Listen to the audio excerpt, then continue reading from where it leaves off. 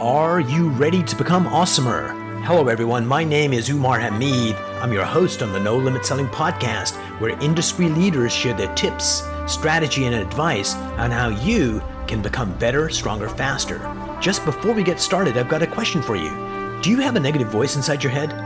We all do, right? I'm going to help you remove that voice in under 30 days guaranteed. Not only remove it, but transform it. So instead of the voice that sabotages you, there's one that propels you to much higher levels of performance and success. There's a link in the show notes. Click on it to find out more. All right, let's get started. Hey everyone, welcome to another episode of the No Limit Selling podcast. Today I have Randy Brew here with me today. He's got a team, he's an agent, he knows how to be successful. Randy, welcome to the show. Thank you so much for having me. This is great. I'm excited to join in. Me too. And I like these kind of unscripted conversations. A lot of time people ask me, can you send me the questions you're going to ask? Because I have no freaking idea, because there's this thing called systems theory where when you and I come together, and depending where I happen to be, where you happen to be, it's just a different connection and something organic and brilliant comes out of it. So tell me, Randy, what do you think is needed to be successful? Well, number one, I think it's important to come up with a plan. Figure out what you want, come up with a strategy to get there, and put in the hours and the time necessary to put yourself in the direction of where you want to go. So let's pause there just for a second. So you're Randy, you're a real estate agent, and then you decide this cockamamie idea, I'm going to build a team. And when you went to build a team, you probably had a vision of what you wanted to create that may have changed. But when you first decided to build a team, what was the vision of what you wanted to create? And let's kind of break that down and kind of learn leadership and success from your experience. So what did you want to build when you started the team? Absolutely. So I've been doing real estate for over 22 years here in New York City. For the first, I would say 14 years of my career, I did not have a team. It was just myself pounding the pavement, working 7 days a week, 12 hours a day. And when I first got my first team member, which was my assistant, it was just a way to delegate some responsibility, right? So that I could focus on CEO tasks instead of tasks of just maintaining. Yeah. Exactly. So once I had my assistant in place, I was able to take on more opportunities, take on more clients, buyers, sellers, renters, investors. I had a lot more time to work on my business and build my business. And then as the business grew, I brought on a couple agents to help with, again, saving time, allowing me to serve more clients and spend more meaningful time building my business and really focusing on my customers. Because the main thing for our team is we're really, really client focused. And we want to make sure that every single person that works with us is getting, incredible customer service and time. So when I brought in my other two team members, it was really as a way of servicing my clients and helping more people, realize their real estate goals. And so, I have a vision of scaling my business and growing even further. And it's impossible to scale your business, any business, just doing it on your own. You're giving less time and less quality time to your clients, and they're not satisfied. And so how do I give more time to my clients? How do I help more people find homes here in New York City? I had to bring in more agents. So let's take a look. So I'm looking at your team. So take Haley. So what was an unexpected surprise when you brought Haley on board in terms of hidden skill set, hidden talent? Well, insights? with Haley, she was recommended to me by a mutual friend. She had already been working at Corcoran, but she wanted to work under a seasoned agent. I've been doing real estate for a really long time, and she was coming from another Corcoran office, so she already had the Corcoran training under her belt. But she is still, not old enough in the business that she's not willing to learn and take on new things. And so, Haley was a newer agent. She's been a couple of years in the business, so she's still really hungry, ready to learn and ready to grow with the team. Brilliant. So you said you brought an assistant on board, and one of the things I hear consistently from people that are really successful in this business is that I wish I would have brought an assistant on sooner. And that's their Yes, advice absolutely. to young up and comers. As soon as you can, get that. Don't think of it as an expense. Think of it as freedom to, like you said, CEO tasks are worth $1,000 an hour and licking stamps is worth $10 an hour. How dare you steal from your company when you're doing $10 an hour tasks? You're stealing from the company. So would you concur? Right. I agree. I think that I wish I brought along an assistant earlier. I think it could have scaled my business much quicker. At the same time, I think that many agents, are hesitant to invest in themselves. And I think investing in an assistant is the best investment that you can put into your business at first, because just scheduling appointments, if I'm taking around a buyer to new properties or a renter, or scheduling my own appointments to meet with different sellers or different agents, that requires a huge time commitment. Okay, let's say I'm setting up 7 appointments. One person is free at 12, the other person's free at 12:30. You want the third person at 1 o'clock, but now they can only do 11:30. You have another appointment at 11:30, so now you have to shift the first person later. And it's just so time consuming. So bringing along someone who can offload some of these admin tasks so that you could focus on, what you do best. And if that's working with sellers, working with buyers, creating some amazing videos for your social media channels to create, a strong digital presence, which is extremely important in this day. We delegate a lot. I have an operations manager who's also my executive assistant. I have 2 agents. I have a videographer. I have 2 different videographers. I have a social media manager. And then there's other ancillary job positions that we work with. I have a marketing assistant who then will hopefully become a marketing manager. So it's really, you need to put together a great team in order to service your clients and help you grow your business. So I'm going to put you on the spot here, but I'll keep count and I'll help you fill some of these spots in. Yeah, sure. An agent that's been in the business for a while, 5 years, 7 years, depending on who they happen to be, and they're deciding to build a team.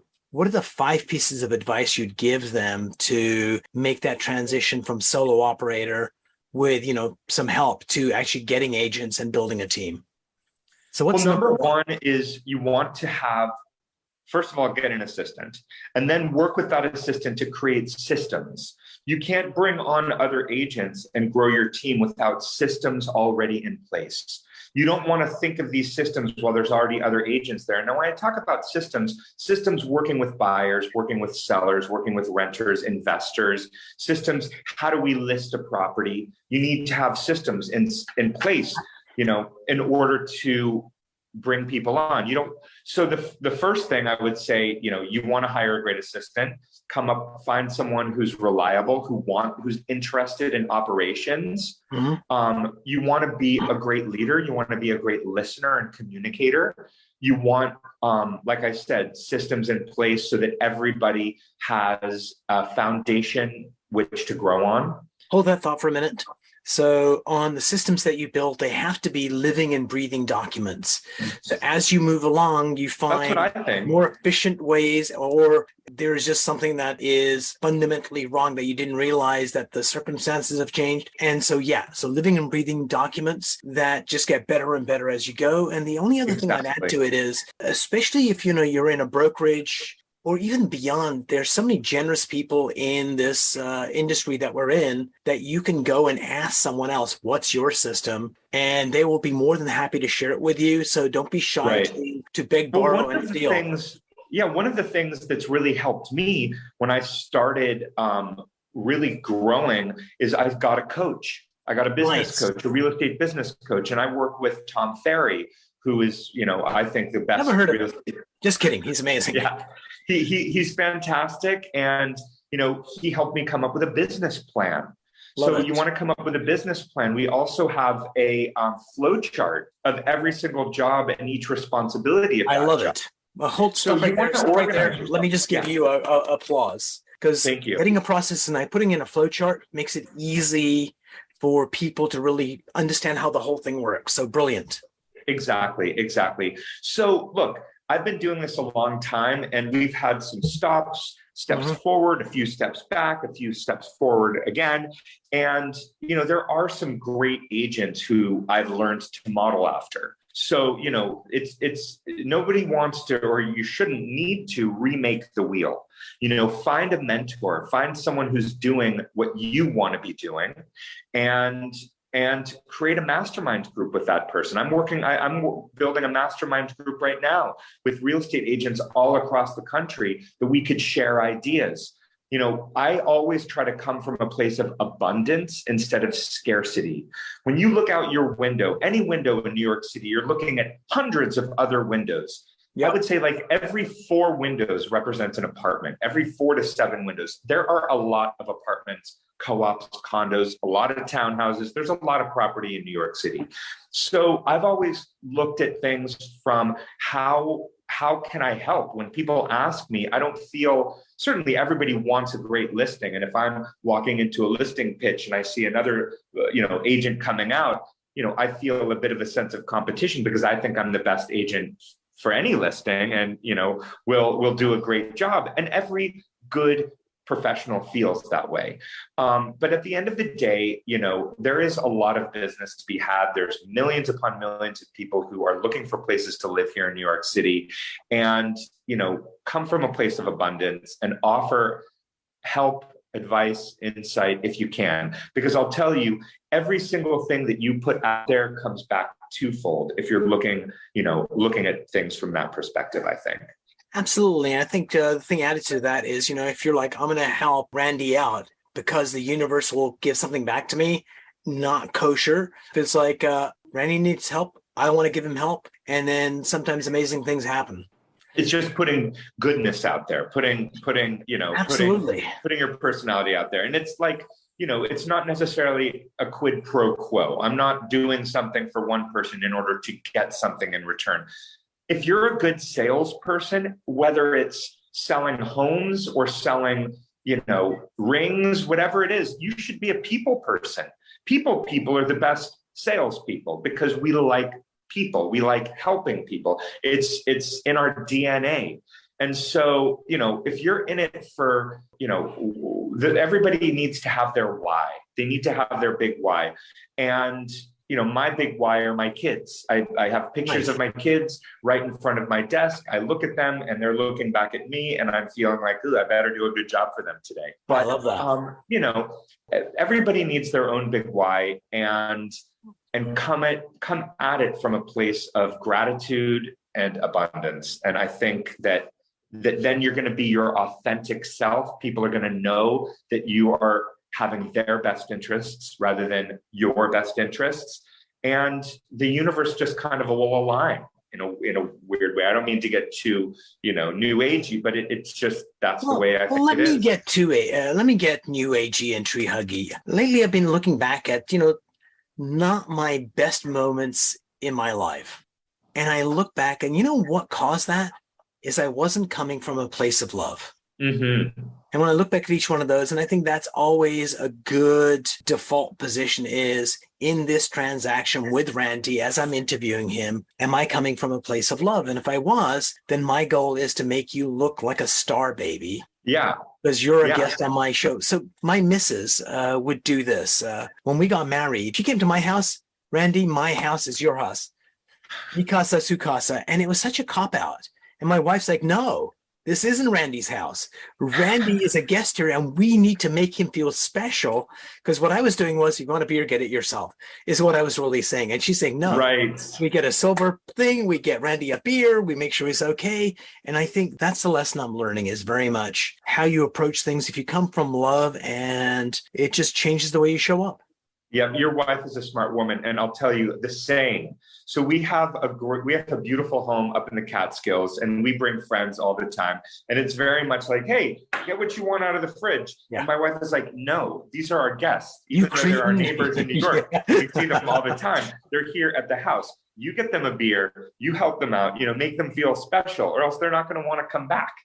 And really, honestly, I think that the world needs more of that. I think that the world needs more people to look at things from that perspective, to care for our fellow human beings, to go that extra mile and make everybody feel special. I mean, it's just that energy. The world needs more of it. Yeah. So I happened to be in Toronto today, and about a month or so ago, Rogers Cable, which is like Comcast in Canada, they had a major outage on their internet. So I'm at Costco and I'm just getting a few essentials. And as I'm going up to the checkout counter, the lady behind me goes, "Do you have enough cash to pay for that?"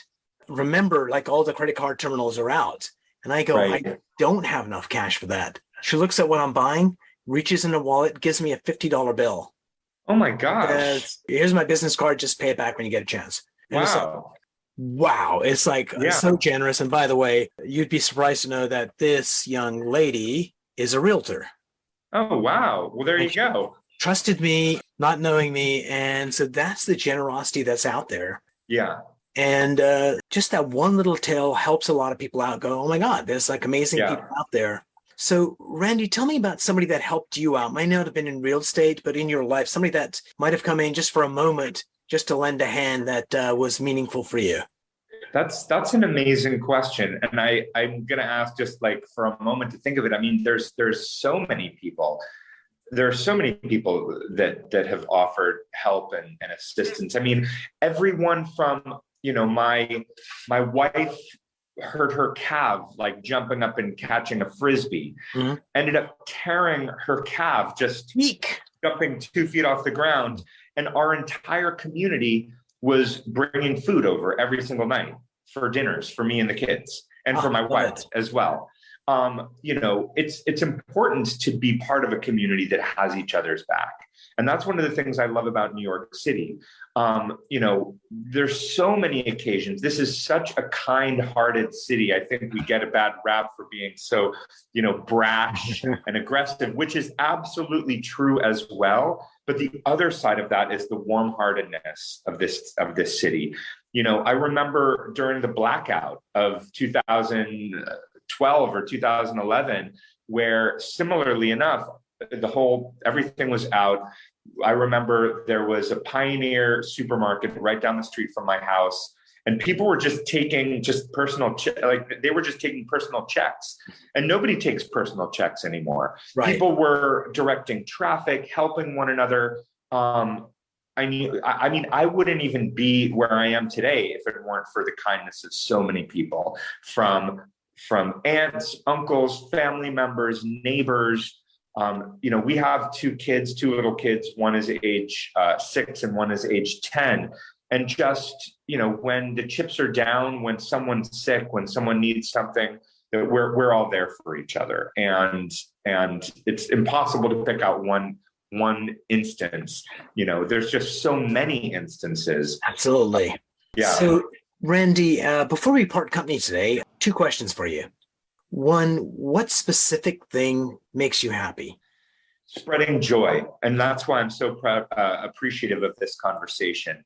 I love making videos, and I love making fun, entertaining videos. One thing that I think differentiates myself from, others in this business is that we do these incredibly creative, almost little short films. I love New York City. I feel like I'm an ambassador of New York City. And so during the pandemic, I started making films highlighting businesses in the communities that I represent. Anything from pizza places to live venues to all sorts of things. And this morning I was at the gym, and someone who follows me on Instagram wrote, like, "Did you hear blah, blah, blah, some horrible thing that happened in the news today? Maybe you should talk about that instead of pizza places." Literally, this was when I was working out. They were like, "Did you hear some terrible thing? I'm not going to say what it is, happened. Maybe you should address that rather than talking about pizza places." And I was like, look, my job is, online, is to make people smile and to spread joy. And you know what? I don't get political. I don't get, I just want to make people smile and make people happy. And that permeates through my business, through the relationships that I have in life, and is just me as a person. And so That makes me happy when I can make other people happy. And I'll tell you, I could do some big deal. You know what? At the end of the day, if my client isn't happy, it doesn't matter how much I made of my commission, because I feel like it's a loss. Yeah, I want sure. I want to help people achieve their goals, and I want people to be happy and to be satisfied and to help them be successful. And if I don't get that emotional, feeling, then I don't feel it was a successful transaction, whether or not we sold it for whatever record that we may have broken. Yeah. Love that. What is one piece of advice you'd give people, a mind hack that would allow them to be more productive, happier, sexier, sleep better? What's that one? You know what? This is one thing that I started doing recently and has had a tremendous effect, is time blocking.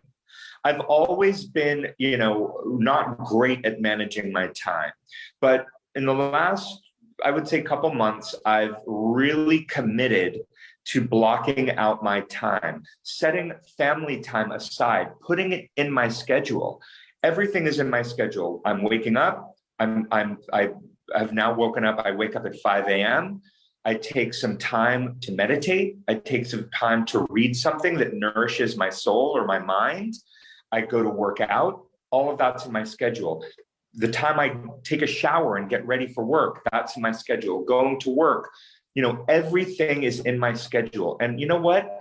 If you're not controlling your day, then your day is controlling you. And it has really taken a weight off of my shoulders, stress off of my shoulders, and really allowed me to accomplish more and get in more time with my family and for myself.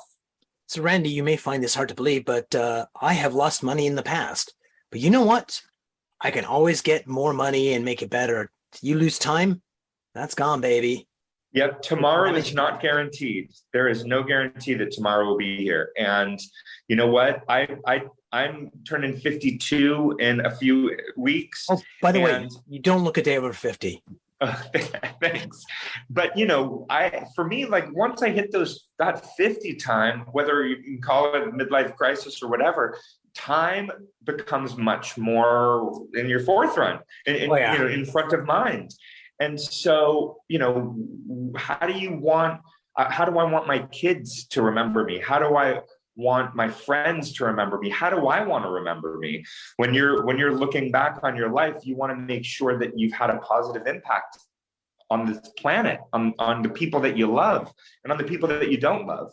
And, you only have one shot. And so being positive, spreading goodness, positivity, happiness, and joy, that's my mantra.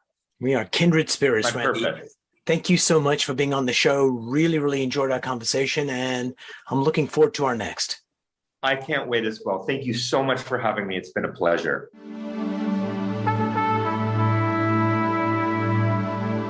If you enjoyed this episode, please go to iTunes and leave a 5-star rating. And if you're looking for more tools, go to my website at nolimitselling.com. I've got a free mind training course there that's going to teach you some insights from the world of neuro-linguistic programming, and that is the fastest way to get better results.